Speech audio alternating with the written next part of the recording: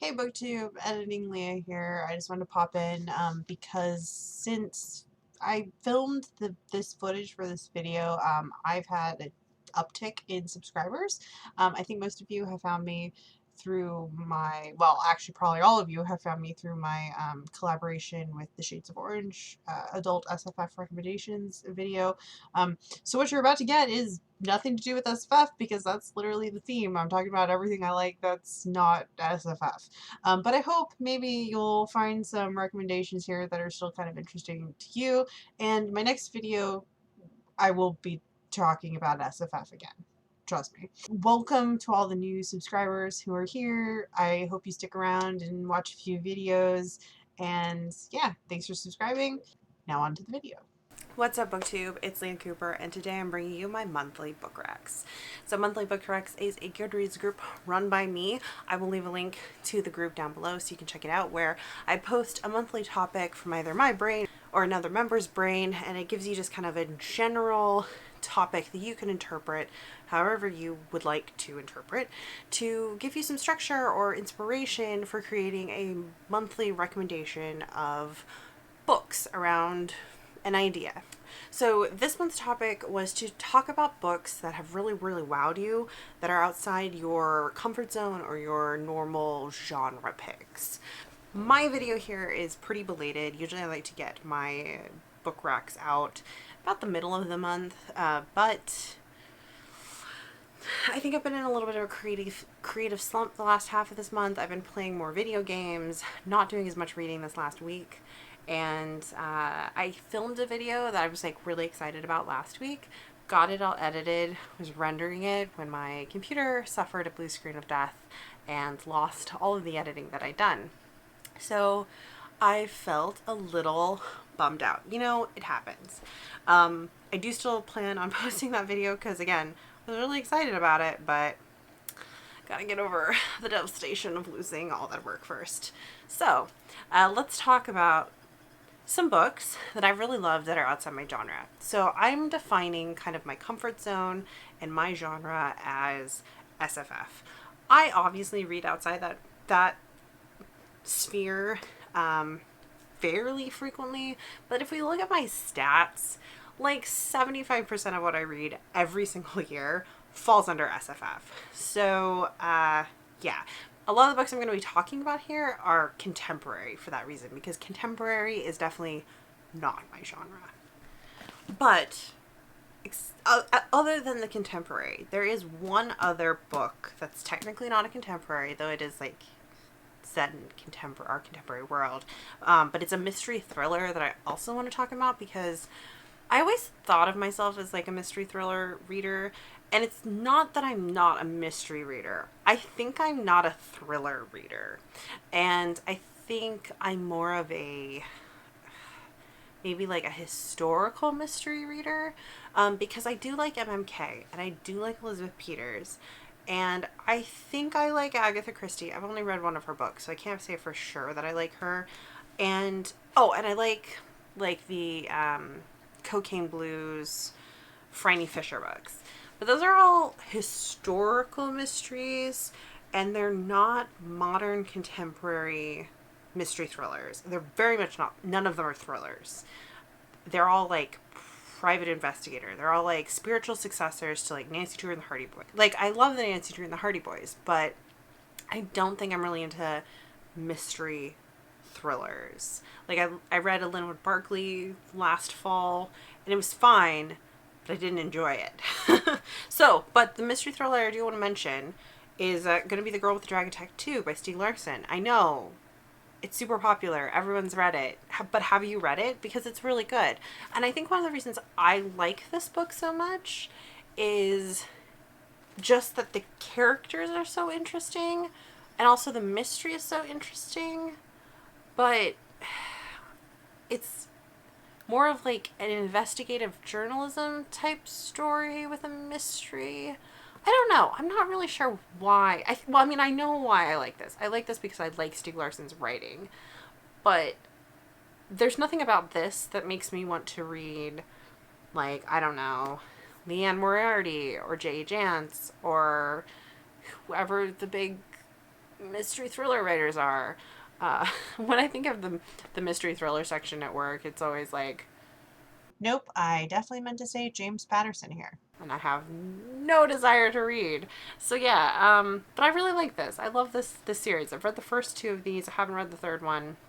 I have no interest in reading the ones that are being written now because I think it's kind of gross that they're profiting off of Stieg Larsson's ideas when he was like possibly murdered. Like, I don't know. It's a little weird. So anyways, but I do really like this first one. Okay, so now let's talk about some contemporaries. In general, I'm not drawn to them. I'm fine. I think most of them sound dreadfully boring. Yeah, I don't even want to read like contemporary romance. Like that also sounds horrifically boring to me. That is obviously just personal preference. Like everyone has personal preference. I'm sure there's tons of contemporary readers who hear like a description of a fantasy novel and their eyes glaze over, because that's what happens when I hear a description of a contemporary book's plot. And I've really come to terms with that the last, I think, year. I've actually started kind of curating who I'm subscribed to on booktube because I was definitely like swept along in the literary booktube world and like was like watching their videos, but I just had no interest in any of the books they were talking about or any of the books that they were excited about. Like I mean I like really thought the booktubers themselves were really interesting, but what they were reading and talking about was just, I was never going to pick up any of those books. And in fact, I like maybe impulse bought a couple that had been like hyped up by people and then got them home and was like, why did I spend money on this? I am never going to read this. And I've also really come to terms with that while doing my shelves, going through my books, going through books I've owned for 10, 15 years and being like, do I really want to read this? Am I going to read this? Probably not, coming to terms with that. But that being said, there are a few standout contemporary novels that have really wowed me, and I've been surprised by how much I've enjoyed them. One of those being The Hours by Michael Cunningham. I read this last year. Usually I also tend to read contemporary stuff during the summer. That's the only time I read it. And this was the same. I read this during the last summer, I want to say. And this is really great. Obviously there's a movie. This is one of those times where I'll say that the movie does justice to the book. It's almost scene for scene the book. However, there is a lot of stuff you get in the book, characters' thoughts, their feelings, their emotions, beyond just what an actor can portray wordlessly. And so I think both the film and the book do stand on their own 2 feet, and you should try both. This is a story about 3 women. Virginia Woolf writing Mrs. Dalloway, a woman in the 50s who's in an unhappy marriage and, well, she's discontent with her life and her place in society in the 50s, and she's reading Mrs. Dalloway.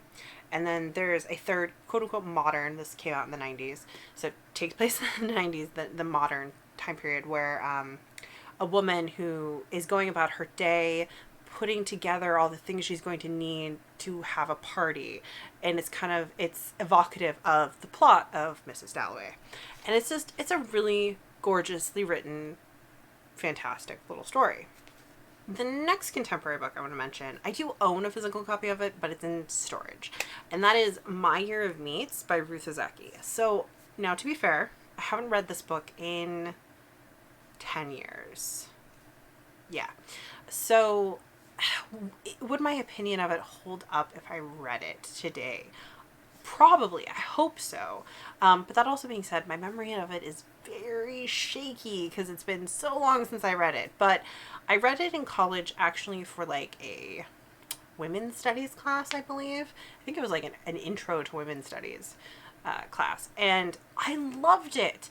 It's about, I want to say there's 3 timelines, but I can only remember 2 of them. One of them is kind of, I think Ruth Ozeki tends to do this in a lot of her books, where she kind of puts in a self-insert character named Ruth. I can't remember if the woman's actually named Ruth in this, but she is a TV film producer. She's got this new contract with like that's being funded by the beef industry, and they're going, maybe it's the Japanese beef industry, and they're going around filming these like cooking segments to try to, you know, promote beef consumption. And then there's another story about another woman in Japan, and I want to say she is married to one of the like beef industry executives. And one of the things, and she's in an unhappy marriage. She's also like, she has an eating disorder. She's desperate to get pregnant, social pressure, etc. And one of the things she's doing is like, her husband is like, you should be watching these things where these segments were, these episodes were filming, and like making these meals. And so she's trying to do that, and like trying to eat beef so that she can like fix her eating disorder, and also fix, like, she's lost her period so she can't get pregnant, etc. And I want to say there's another story, but maybe it's only 2 timelines. But maybe it's only 2 perspectives. And I do not remember much more beyond that. There's a couple of scenes I can really remember, but I loved it. I loved it so much. It was one of those books I read for school and then kept because I knew I wanted to read it again. And eventually I do want to read it again. I've also got another Ruth Ozeki on my shelf, A Tale for the Time Being, which I also want to read. But yeah, My Year of Meats. I think A Tale for the Time Being gets talked about more on BookTube, but I highly, highly suggest My Year of Meats. It also has a lot of conversation about factory farming and how unhealthy and like environmentally destructive and gross it can be. So there's a lot going on, and it's a great, great book. Then another contemporary, and this is, I'm going to talk about kind of like 2 books that are connected, and that is Autumn and Spring by Ali Smith. So Ali Smith is currently writing a seasonal quartet named after each of the seasons. They're supposed to be, she basically writes them and then they immediately get published. So they're like super timely, supposed to be stories. And these 2 are more connected with one another than I think Winter is connected with either of them per se.